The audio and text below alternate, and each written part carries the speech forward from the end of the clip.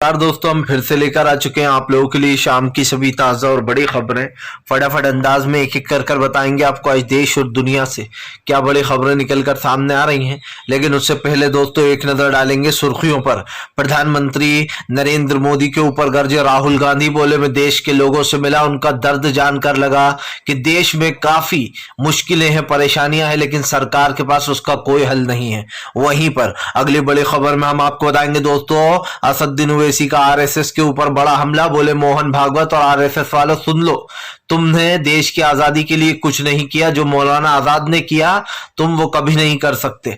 वहीं पर अगली बड़ी खबर में हम आपको बताएंगे दोस्तों, दरअसल आपको बता दें पहली कैबिनेट में अब मोहर लगा दी गई है। जी हाँ, पुरानी पेंशन योजना के ऊपर जो वादा किया था हिमाचल सरकार ने वो अभी से पूरा कर दिया गया। वहीं पर अगली बड़ी खबर में हम आपको बताएंगे दोस्तों, दरअसल आपको बता दें सुप्रीम कोर्ट की हेट स्पीच मामले में मोदी सरकार केंद्र सरकार को फटकार। बोले अब तक क्यों नहीं हुई कार्रवाई। दरअसल आपको बता दें नफरती चिंटू सुरेश चौहान के को लिया आड़े हाथ। वहीं पर अगली बड़ी खबर में हम आपको बताएंगे अरविंद केजरीवाल का बीजेपी के ऊपर बड़ा हमला। बोले फिलहाल हमें काम नहीं करने देती बीजेपी की सरकार, इनको काम करने से दिक्कत है, खुद भी कुछ नहीं करते, हमें भी कुछ नहीं करने देना चाहते। वहीं पर अगली बड़ी खबर में हम आपको बताएंगे दिल्ली सरकार के एक मामले में सुनवाई करते हुए लगाई, आपको बताते चले डीवाई चंद्रचूड़ ने लगाई केंद्र को फटकार। बोले अगर सब कुछ आप ही करोगे तो चुनी हुई सरकार फिर क्या करेगी दिल्ली में। वहीं पर अगली बड़ी खबर में हम आपको बताएंगे दोस्तों, दरअसल आपको बताते चले मोहन भागवत के ऊपर गरजते हुए नजर आए। जी हाँ, आपको बता दें कांग्रेस के दिग्गज नेता बोले फिलहाल हमेशा हिंदू मुसलमान पर ही क्यों टिक जाती है मोहन भागवत की सुई। वहीं पर अगली बड़ी खबर में हम आपको बताएंगे राजस्थान में बीजेपी में बढ़ गई मुश्किलें। जी हाँ, आपस में ही भिड़ते हुए नजर आ रहे हैं कुर्सी के लिए वसुंधरा राजे, शेखावत और पुड़िया, कई अन्य लोग सामने हैं। वहीं पर अगली बड़ी खबर में हम आपको बताएंगे दोस्तों, दरअसल आपको बताते चले भारतीय जनता पार्टी को लगेगा बड़ा झटका। जी हाँ, राहुल गांधी की हाथ जोड़ो अभियान से एक नया प्लान सामने निकल कर आया, जहां पर बताया जा रहा है कि एक और बार राहुल कुछ अलग करने जा रहा है। तो फिलहाल सारी खबरें फटाफट अंदाज में देंगे, एक एक कर देंगे। फिलहाल खैर चलिए बढ़ते हैं सबसे पहली और सबसे बड़ी खबर की ओर। दरअसल दोस्तों आपको बता दें भारतीय जनता पार्टी के ऊपर जमकर गरजे राहुल गांधी। बोले फिलहाल मैं देश के युवाओं से मिला, देश के बुजुर्गों से मिला, बेरोजगारों से मिला, सबने मुझसे एक ही बात कही कि देश में आज उनको बेरोजगारी, न नौकरियां मिल रही है, ना ही महंगाई कम हो रही है। राहुल गांधी ने आपको बता दें लोगों के नाम एक पत्र भी लिखा। उस पत्र में राहुल गांधी ने कहा कि आज देश की स्थिति सही नहीं है, जहां देखो वहीं पर बेरोजगारी, महंगाई और गरीबी ने अपना कब्जा जमा रखा है। राहुल गांधी ने कहा कि अफसोस की बात यह सरकार के पास इससे निकलने का कोई भी एग्जिट प्लान नहीं है। राहुल गांधी ने कहा कि आज युवाओं के सपने तिल तिल कर चूर हो रहा है, टूट रहा है। जिन लोगों ने पढ़ाई की थी, जिन्होंने आगे बढ़ने का सपना देखा था, उनके सपने कभी पूरे नहीं हो सकते। राहुल गांधी ने कहा कि इस सरकार की ही कारण आज देश में इस तरीके का माहौल है। दरअसल दोस्तों आपको बता दें देश में बिगड़ती स्थिति और देश का बिगड़ता माहौल मोदी सरकार के लिए मुसीबत का सबब बनता चला जा रहा है। प्रधानमंत्री नरेंद्र मोदी के ऊपर जमकर गरजते हुए यहां पर साफ साफ कहा है राहुल गांधी ने कि फिलहाल इन चीजों को जानबूझकर सरकार बताती नहीं है। आज देशवासियों के नाम पर राहुल गांधी ने जो पत्र लिखा उसमें भी उन्होंने कई बातें की। राहुल ने कहा कि ये सफर मैंने जब शुरू किया था तो लोगों ने कहा था कि इस सफर को शुरू मत करो, लोग जुड़ेंगे नहीं आपके साथ। राहुल ने कहा कि पर हमने अपने दिल की सुनी। राहुल ने कहा कि इस सफर में लोग जुड़ते चले गए और ये कारवा बनता चला गया। राहुल गांधी ने कहा कि आज मैं देशवासियों का धन्यवाद कहना चाहता हूं कि उन लोगों ने इस यात्रा को इतना खास बनाया। राहुल ने यह भी कहा कि उनकी यात्रा में करोड़ों लाखों लोग शामिल हुए, जिसकी उन्हें उम्मीद भी नहीं थी, और कांग्रेस को फिर से एक बार मजबूत करने के काम भी आए। राहुल ने कहा कि ये लोग इस चीज को वोट बैंक शेयर से जोड़ते हैं, लेकिन हमारा मकसद सिर्फ देश से नफरत मिटाने का है, और जब जब देश में नफरत आएगी तब तब गांधी वाली सोच लोगों के पास जरूर लाई जाएगी। जिन लोगों को भटकाया जा रहा है, जिन लोगों के दिमाग में, खास करके युवाओं के दिमाग में हिंदू मुस्लिम का जहर घोला जा रहा है। चलिए बढ़ते हैं एक और अगली बिग ब्रेकिंग की तरफ। बता दोस्तों, असदुद्दीन ओवैसी का मोदी सरकार आरएसएस के ऊपर बड़ा हमला। बोले आरएसएस वालों, तुम मौलाना अब्दुल कलाम से आगे नहीं हो, जी हाँ, मौलाना आजाद से आगे।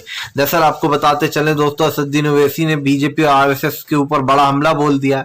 आपको बताते चले, असदुद्दीन ओवैसी ने आरएसएस पर हमला बोलते हुए कहा कि देश की लड़ाई में तुम लोग साथ नहीं थे। आपको बताते चले, ओवैसी ने यह भी कहा कि फिलहाल हिंदू मुस्लिम करने वाले आरएसएस और बीजेपी वाले ही हैं। ओवैसी ने कहा कि जो अब्दुल कलाम यानी कि मौलाना आजाद ने किया वो तुम कभी नहीं कर पाओगे। आपको बताते चले दोस्तों, दरअसल आरएसएस देश की लड़ाई में देश के साथ भी नहीं था और ये बात सब लोग जानते हैं और सब इस चीज को बार बार दोहराते भी हैं। इसको याद दिलाते हुए सीधे सीधे के जो है ओवैसी ने कहा कि फिलहाल भारतीय जनता पार्टी और आरएसएस दोनों की सोच एक ही है। ओवैसी ने कहा कि फिलहाल देश में महंगाई, गरीबी और बेरोजगारी बढ़ती चली जा रही है, लेकिन इस मुद्दे पर कभी बात नहीं होती। मोहन भागवत कभी नहीं कहते कि चीन हमारी जगहों को घेरता चला जा रहा है, सरकार को चीन को रोकने की जरूरत है। ओवैसी ने कहा कि आरएसएस भी चीन के मुद्दे से बीजेपी की तरह ही भागती है, वो बीजेपी की पोल नहीं खोलना चाहती। असदुद्दीन ओवैसी ने कहा कि फिलहाल अगर इस देश पर सबसे पहला हक किसी का है तो वो आदिवासियों का है, क्योंकि इस दुनिया में, देश में दोस्तों सबसे पहले कोई और नहीं बल्कि आदिवासी आए थे। जाहिर सी बात है, जिन लोगों ने दोस्तों आदिवासियों का देश पर सबसे पहला हक है, ओवैसी ने भी इसी बात को दोहराया। आपको बता दें, कांग्रेस भी पहले इस बात को राहुल गांधी अपनी भारत जोड़ो यात्रा में दोहरा चुके हैं कि फिलहाल इस देश पर सबसे पहला हक आदिवासियों का है, जबकि दोस्तों आप भी जानते हैं कि ये बात बिल्कुल सच है। लेकिन मोदी सरकार देश में न जाने कौन सा जहर घोलती है। और आप समझिए, मोहन भागवत ने जो भाषण दिया वो डर, ठीक है, उन्होंने बातें जो कही दोस्तों, उस बातों को गलत नहीं ठहराया जा सकता, लेकिन उन्होंने कुछ शब्द ऐसे बोले हैं जिस शब्द को वापस भी नहीं लिया जा सकता। हम और आप सब लोग जानते हैं कि आरएसएस जो है दोस्तों डबल स्टैंडर्ड काम करती है। उसकी जो छवि है दोस्तों, वो कह सकते हैं मल्टीपल जो है यहाँ पर इसकी पर्सनालिटी है इनकी। तो ये कहना गलत नहीं होगा कि आरएसएस एक तरफ तो जो भाईचारे की बात करती है, दूसरी तरफ हिंदू मुसलमान करती है, दूसरी तरफ बीजेपी का साथ देती है। साफ दिखाई देता है कि आरएसएस और बीजेपी की जो विचारधारा है वो सेम टू सेम है। चलिए बढ़ते हैं एक और अगली बिग ब्रेकिंग की तरफ। बता दोस्तों, सुप्रीम कोर्ट की सूरज चौहान के वाले मामले में दिल्ली पुलिस को फटकार। बोले 5 महीने बाद क्यों हो रही है एफआईआर दर्ज। दरअसल दोस्तों आपको याद होगा कि सूरज चौहान के की अगुवाई में एक जो है यहाँ पर धर्म संसद लगाया गया था दिल्ली में, जिसके बाद दिल्ली में जमकर जो है यहाँ पर मुसलमानों को काटने की धमकियां दी गई थी, हथियार उठाने की बात की गई थी और यहाँ पर सूरज चौहान के को बचाने के लिए पुलिस ने कोई एफआईआर दर्ज नहीं की। यहाँ तक कि जब लोगों ने सूरज चौहान के खिलाफ प्रोटेस्ट किया दिल्ली की सड़कों पर, तो बाकायदा दिल्ली पुलिस ने ये कहकर बचा लिया चौहान के को कि सूरज चौहान के ने कोई हेट स्पीच नहीं दी है उस धर्म संसद में। लेकिन आपको बताते चले, अब ये मामला डीवाई चंद्रचूड़ के पास पहुंचा, जिसके बाद डीवाई चंद्रचूड़ ने फटकार लगाते हुए कहा कि फिलहाल 5 महीने तक आप लोग क्या कर रहे थे, 5 महीने तक आपने सूरज चौहान के ऊपर कोई एफआईआर दर्ज क्यों नहीं की। आपको बता दें 5 महीने बाद तो एफआईआर दर्ज हुई, लेकिन अब तक कोई चार्जशीट पेश नहीं हुई है, जिसके ऊपर कोर्ट ने फटकार लगाते हुए कहा कि फिलहाल जब ये चीज यानी कि जब ये वो ही नहीं हो रही है, चार्जशीट पेश ही नहीं हो रही, तो इसका मतलब क्या। जाहिर सी बात है दोस्तों, आज इतने 5 महीने हो चुके हैं उस मामले को, धर्म संसद लगाया गया था। अफसोस की बात यह है दोस्तों कि इस धर्म संसद में कई हेट स्पीच दी गई थी, कई ऐसी बातें बोली गई थी जिसको सुनकर आपको और हमें सच में बेकार लगे। लेकिन मोदी सरकार इस मुद्दे पर दोस्तों आप समझिए कभी भी एक्शन नहीं लेती। क्यों? क्योंकि हेट स्पीच देने वाले कोई और नहीं बल्कि बीजेपी के खास है। सबसे बड़ी बात यह है दोस्तों कि आज हेट स्पीच वाले मामले को इतना घसीटा जाता है। आज हेट स्पीच वाला मामला बीजेपी के लिए आम बन चुका है, क्योंकि बीजेपी का नेता, हर दूसरा नेता जो है यहाँ पर दोस्तों हेट स्पीच को मानता है। आपको बताते चले दोस्तों, इस हेट स्पीच वाले मामले में सरकार को जमकर फटकार भी लगनी चाहिए, लेकिन सबसे बड़ी बात यह कि सरकार के ऊपर कोई एक्शन सरकार के ऊपर नहीं लिया जाता। और यही कारण जो सूरज चौहान के ऊपर 5 महीने बाद जब ये दर्ज हुई एफआईआर, वो भी दबाव डालने के बाद, तो सुप्रीम कोर्ट भड़क गया। डीवाई चंद्रचूड़ ने कहा कि फिलहाल अब तक इनके ऊपर कोई एफआईआर दर्ज नहीं हुई, चार्जशीट भी अब आपने पेश नहीं की है, और ये तक कहा गया कि फिलहाल इन जैसे नफरती बोल के ऊपर, जो लोग नफरती भाषण दे रहे हैं, जो हेट स्पीच का सहारा ले रहे हैं, इनके चैनलों पर रोक लगनी चाहिए और इनके चैनलों को बंद होना चाहिए। आपको बता दें दोस्तों, चौहान के एक संपादक भी यानी कि चैनल का मालिक भी इसके नाम का सुदर्शन टीवी नाम है इसके चैनल का। ऐसे में ये कहना गलत नहीं होगा दोस्तों कि फिलहाल मोदी सरकार के साथ इसके कई फोटो देखे जा सकते हैं। जिस तरीके से इसके गन बंदूकों के साथ फोटो है, आपने पहली बार देखा होगा ऐसा पत्रकार संपादक। ये पत्रकार कहीं से लग नहीं रहा दोस्तों, दंगाई अलबत लग रहा है, क्योंकि इसके हाथ में आप देख सकते हैं गन से दिखाई दे रही होंगी आपको।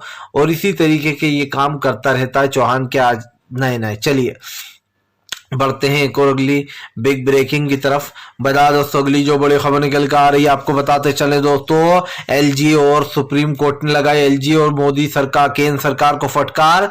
दरअसल आपको बता दें, दिल्ली वाला मामला अब सुप्रीम कोर्ट पहुंच चुका है। हालांकि ये मामला पुराना है, लेकिन इस मामले में नई जो चीजें हैं वो भी ऐड की गई हैं। आपको बताते चले, अरविंद केजरीवाल का बीजेपी के ऊपर हमला बोला था और केजरीवाल का कहना है कि बीजेपी उनको काम नहीं करने दे रही है, केंद्र जानबूझकर उनके काम में रोक लगा रहा है, अड़ंगे लगा रहा है, और दिल्ली का एलजी जो है वो कुछ काम नहीं करने दे रहा है, बीके सक्सेना। आपको बताते चले, इसी याचिका पर, एक पुरानी याचिका पर सुनवाई करते हुए सुप्रीम कोर्ट ने कहा कि अगर सब कुछ केंद्र सरकार ही करेगी तो फिर चुनी हुई सरकार क्या करेगी। अगर अधिकारी आपके ही अंडर सारे काम करेंगे तो फिर क्या होगा। आपको बताते चले, मोदी सरकार की तरफ से तुषार मेहता ने एक बयान दिया जिसमें उन्होंने कहा कि फिलहाल जो हम हैं, जो सरकार है वो केंद्र शासित राज्य जो होता है वहां पर सारा कार्यभार केंद्र की देखरेख में ही होता है। आपको बताते चले, उन्होंने ये भी कहा कि फिलहाल जो जितने भी एमएलए वगैरह होते हैं चुने हुए, वो मंत्री के अंडर काम करते हैं। लेकिन दोस्तों सिंपल सी बात यह है कि आरोप ये लग रहा है ना कि एलजी जो है वो आम आदमी पार्टी को काम ही नहीं करने दे रहा है। सबसे बड़ी बात यह है कि कई फैक्ट्री पर रोक भी लगाई जा रही है जिसका अधिकार एलजी को है ही नहीं। और यही कारण है जो सुप्रीम कोर्ट में इस याचिका को पर सुनवाई करते हुए सुप्रीम कोर्ट ने कहा कि क्या अब चुनी हुई सरकार आलू बेचेगी अगर आप ही सब करेंगे तो। आपको बता दें, केंद्र सरकार को फटकार भी लगाई और कहा कि इस पर जल्दी समाधान निकालिए आप। हालांकि दोस्तों इस फटकार का सरकार पर कोई असर होता नहीं है। आप भी जानते हैं कि ये डांट जो है ये एक तरीके से इनके लिए कोई असर करने वाली है नहीं। जब तक कोर्ट या जितने भी सरकारी संस्थाएं हैं वो डायरेक्ट एक्शन नहीं लेंगी तब तक तो बीजेपी को कोई फर्क पड़ने वाला है नहीं। और मुझे पता है डायरेक्ट ये लोग दोस्तों मोदी सरकार के ऊपर कोई एक्शन लेंगे नहीं। एक बात कही थी सुप्रीम कोर्ट ने, जिस बात को शायद कोर्ट को भी ध्यान में रखना चाहिए कि वो बात उन पर भी लागू होना चाहिए। आपको बताते चले, कोर्ट ने कुछ दिन पहले जज ने एक बात कही थी जिसमें उन्होंने कहा था कि एक ऐसा चुनाव आयोग होना चाहिए निष्पक्ष, जो गलत करने पर मोदी सरकार पर भी कार्रवाई करे और उनके ऊपर भी वही एक्शन ले जो नॉर्मल लोगों पर लिया जाता है, यानी कि जो विपक्ष के लोगों पर लिए जाता है। लेकिन दोस्तों अफसोस की बात यह है कि मोदी सरकार के ऊपर कोई एक्शन नहीं लिया जाता। ये सरकार कितना ही कुछ गलत कर दे, लेकिन इस सरकार के ऊपर आपको बता दें आज तक नहीं आती। क्यों नहीं आती? क्योंकि सब लोग जानते हैं कि मोदी सरकार को कहीं ना कहीं डर नहीं लगता है। डर इसलिए नहीं लगता है कि सुप्रीम कोर्ट से उन्हें कैसा डर। सर, भारतीय जनता पार्टी पूरी तरीके से एक चीज जान चुकी है कि फिलहाल कुछ भी करो, लेकिन दोस्तों इन लोगों को एक चीज से फर्क इसलिए नहीं पड़ता कि आज कोर्ट फटकार लगाएगा, कल हम फिर से वही करने लगेंगे जो हम करते थे। जाहिर सी बात है, दिल्ली सरकार को काम नहीं करने दिया जा रहा है। दिल्ली सरकार को नोटिस भेज दिया गया 134 करोड़ का। और भी कई चीजें हैं जो भारतीय जनता पार्टी करती रहती है विपक्ष के नेताओं के साथ, विपक्ष के सीएम के साथ। तो ये कहना गलत नहीं होगा कि जहां पर भी विपक्ष की सरकार है बस वहीं पर सरकार जागती है। बाकी दोस्तों सरकार को कोई फर्क नहीं पड़ता, कोई कुछ भी करे। और ये बहुत अफसोस की बात है। आप भी जानते हैं कि इस बात में कितना दम है कि सरकार की नीतियां दोस्तों आपकी और मेरी समझ से बहुत बाहर हो चुकी हैं। न ये बात आपको समझ में आती है कि सरकार कर क्या रही है, ना हमें समझ में आती है। और सबसे बड़ी बात यह है कि आज जो नीतियां सरकार अपना रही है वो कहीं ना कहीं देश के लिए खतरनाक साबित हो रही है, क्योंकि चुनी हुई सरकारों को गिराना पैसों के बल पर और दोस्तों वहां पर अपनी तानाशाही चलाना उस राज्य में बीजेपी का काम बन चुका है। चलिए बढ़ते हैं एक और अगली बिग ब्रेकिंग की तरफ। बता दोस्तों, हिमाचल में पूरा किया गया वादा। जी हाँ, आपको बता दें पहले ही कैबिनेट में लागू की जा रही है ओल्ड पेंशन योजना। दरअसल आपको बता दें, माना जा रहा था कि सबसे बड़ा मुद्दा वहां पर ओल्ड पेंशन योजना का था। लोगों ने कांग्रेस को टाइम दिया, कांग्रेस को वोट दिया और सबसे बड़ा मुद्दा बना ओबीसी यानी कि पुरानी ओल्ड पेंशन योजना। आपको बताते चले दोस्तों, अब ओल्ड पेंशन योजना को लागू करने जा रही है वहां की सरकार, और उसने कल की कैबिनेट में ये साफ कर दिया है कि फिलहाल ओल्ड पेंशन योजना अब लागू होगी। आपको बताते चले, सरकार को इस चीज से काफी दिक्कत थी। सरकार कह रही थी कि रिवाज बदल दो, सरकार मत बदलना, लेकिन हिमाचल के लोगों ने सरकार बदल दी, रिवाज नहीं बदला, और यही बात मोदी सरकार को अच्छी नहीं लगी। आपको बताते चले दोस्तों, अब हिमाचल सरकार ने पहले ही कैबिनेट में अपना वादा पूरा किया है, और वहां पर दोस्तों जो मुद्दे थे, जिस चीज का वादा किया गया था, वो चीज अब निभाई जा रही है। आपको बताते चले दोस्तों, सबसे बड़ी बात यह कि इस बार जो बगावती सुर उठ रहे थे, उन सबको शांत किया था कांग्रेस ने, और सुक्खू को वहां का सीएम बनाया था। और सुक्खू की पहली कैबिनेट ने यह फैसला ले लिया कि फिलहाल जिस मुद्दे पर हमने चुनाव मेन लड़ा है, उसका कहीं ना कहीं लोगों को, जनता को फायदा होना चाहिए, इसीलिए ओल्ड पेंशन स्कीम जो है वो अब लागू कर दी गई। आपको बता दें, बीजेपी को बहुत बुरा लग रहा होगा, क्योंकि कांग्रेस अपने वादे जो किए हैं उसने वो पूरे करने जा रही। देखिए दोस्तों, अब राजनीति का रास्ता एक चीज साफ हो गई है, जो जनता से वादे करेगा, जो निभाएगा, जनता उसे वोट देगी। और ये राजनीति दोस्तों, आपको बता दें, अब सबको सीख लेनी चाहिए कि अगर आप किसी से कुछ वादा करते हो तो उस वादे को आपको निभाना होगा। और यही कारण है जो लोगों ने कांग्रेस पर वादा किया, और कांग्रेस ने उतने ही वादे किए जितने वो निभा पाए। इसीलिए आपको बता दें, सबसे बड़ा मुद्दा जो था कांग्रेस का, ओल्ड पेंशन योजना का, वो अब लागू कर दिया गया है। चलिए बढ़ते हैं एक और अगली बिग ब्रेकिंग की तरफ। बता दोस्तों, अगली जो बड़ी खबर निकल कर आ रही है, आपको बताते चले दोस्तों, राहुल गांधी की भारत जोड़ो यात्रा 30 तारीख को होने वाली है समाप्त। आपको बताते चले, यहाँ पर राहुल गांधी की जैसे ही भारत जोड़ो यात्रा खत्म होगी, राहुल जुट जाएंगे अपने हाथ जोड़ो अभियान में। आपको बताते चले दोस्तों, पूर्व से पश्चिम राहुल गांधी की यात्रा निकल चुकी है। इसके बाद एक कार्यक्रम होना है, हाथ जोड़ो अभियान। इसमें दोस्तों आपको बताते चले, घर घर कांग्रेस के नेता जाएंगे और घर घर अभियान चलाएंगे। इसी के साथ साथ दोस्तों आपको बताते चले, एक ये तो है ही, लेकिन इसके बाद राहुल गांधी की एक और यात्रा निकलेगी, जो कि आपको बता दें, ये पूरब से पश्चिम थी, तो अब उत्तर से दक्षिण की तरफ निकाली जाएगी। आपको बता दें, राहुल गांधी की भारत जोड़ो यात्रा का काफी फायदा हुआ। इस यात्रा में लोग जुटते चले गए और राहुल गांधी आगे बढ़ते चले गए। सबसे बड़ी बात ये दोस्तों कि इस वक्त देश को एक ऐसी सरकार की जरूरत है जो न सिर्फ दोस्तों देश के लिए अच्छा काम करे, बल्कि दोस्तों देश में ये जो नफरत फैल रही है, जो भाईचारा खत्म किया जा रहा है, इसको भी मिटा दे। और ये काम कांग्रेस बखूबी कर रही है। यकीन मानिए, कांग्रेस आने वाले समय में काफी राज्य जीत सकती है, और अगर दोस्तों उसने 2-3 राज्य और जीत लिए तो इसका मतलब साफ है कि 2024 में बीजेपी का सुपड़ा साफ होने जा रहा है। आपको बता दें, हालांकि कांग्रेस के 2 राज्य निश्चित दिखाई दे रहे हैं, और वो राज्य दोस्तों कौन से, कर्नाटक और मध्य प्रदेश। ये 2 जगह कांग्रेस ने अपनी धात लगाए बैठी हुई कांग्रेस, और शायद उनका पूरा प्लान ऑन हो चुका है। लेकिन सबसे बड़ी बात यह दोस्तों कि यहां पर अब फ्री बिजली वाला मुद्दा उठाया गया कर्नाटक में, और राहुल गांधी ने वादा कर दिया फ्री बिजली। आपको बताते चले दोस्तों, ये मुद्दा एक बड़ा मुद्दा भी है, और मुझे लग रहा है कि यह मुद्दा कर्नाटक में काम करेगा, जैसे कि ओल्ड पेंशन योजना हिमाचल में काम किया है। तो ये कहना गलत नहीं होगा कि फिलहाल बीजेपी ने जो राज्य कांग्रेस से धोखे से छीन लिए थे, वो राज्य वापस कांग्रेस हासिल करेगी। चलिए बढ़ते हैं एक और अगली बिग ब्रेकिंग की तरफ। बताया दोस्तों, अगली जो बड़ी खबर निकल कर आ रही है, आपको बताते चले दोस्तों, मोहन भागवत के ऊपर जमकर गरजते हुए नजर आए। दोस्तों आपको बताते चले, असदुद्दीन ओवैसी बोले फिलहाल चीन के मुद्दे पर भी कभी बात कर ले मोहन भागवत। आपको बताते चले दोस्तों, मोहन भागवत को लगातार ओवैसी ने घेर रखा है। मोहन भागवत ने कहा कि फिलहाल ये लोग संविधान की धज्जियां उड़ाते हैं, जो बाबा साहब अम्बेडकर ने संविधान लिखा था, ये उसको तार तार करने पर लगे हुए हैं। ओवैसी ने कहा कि फिलहाल संविधान को नहीं मानती आरएसएस, वो संविधान के खिलाफ जाकर काम करती है। ओवैसी ने यह भी कहा कि फिलहाल बीजेपी संविधान को पढ़े पहले ठीक से, इस देश पर सबसे पहला हक आदिवासी का था, लेकिन उनको उनका हक नहीं दिया गया। आपको बताते चले दोस्तों, आज भी हमारे देश में आदिवासी भाइयों को सबसे पिछड़ा कर रखा है बीजेपी की सरकार ने। दलित, आदिवासी, हिंदू, मुस्लिम, सिख, ईसाई, न जाने कितने धर्म है हमारे देश में, कितनी अलग अलग कास्ट हैं, लेकिन दोस्तों अलग अलग कास्ट को लेकर भी मोदी सरकार के अलग अलग जुमले निकल कर आते रहते हैं, लेकिन उनके लिए कुछ किया नहीं जाता है। और यही कारण है जो मोदी सरकार के ऊपर वो ऐसी जमकर भड़कते हुए नजर आए। फिलहाल दोस्तों, अगर आपको हमारा वीडियो अच्छा लगे तो इसको लाइक कीजिएगा। चैनल पर पहली बार आए तो सब्सक्राइब कर लीजिएगा। पास में एक घंटी आएगी, इसको भी दबा दीजिएगा दोस्तों, ताकि आने वाले समय में आपको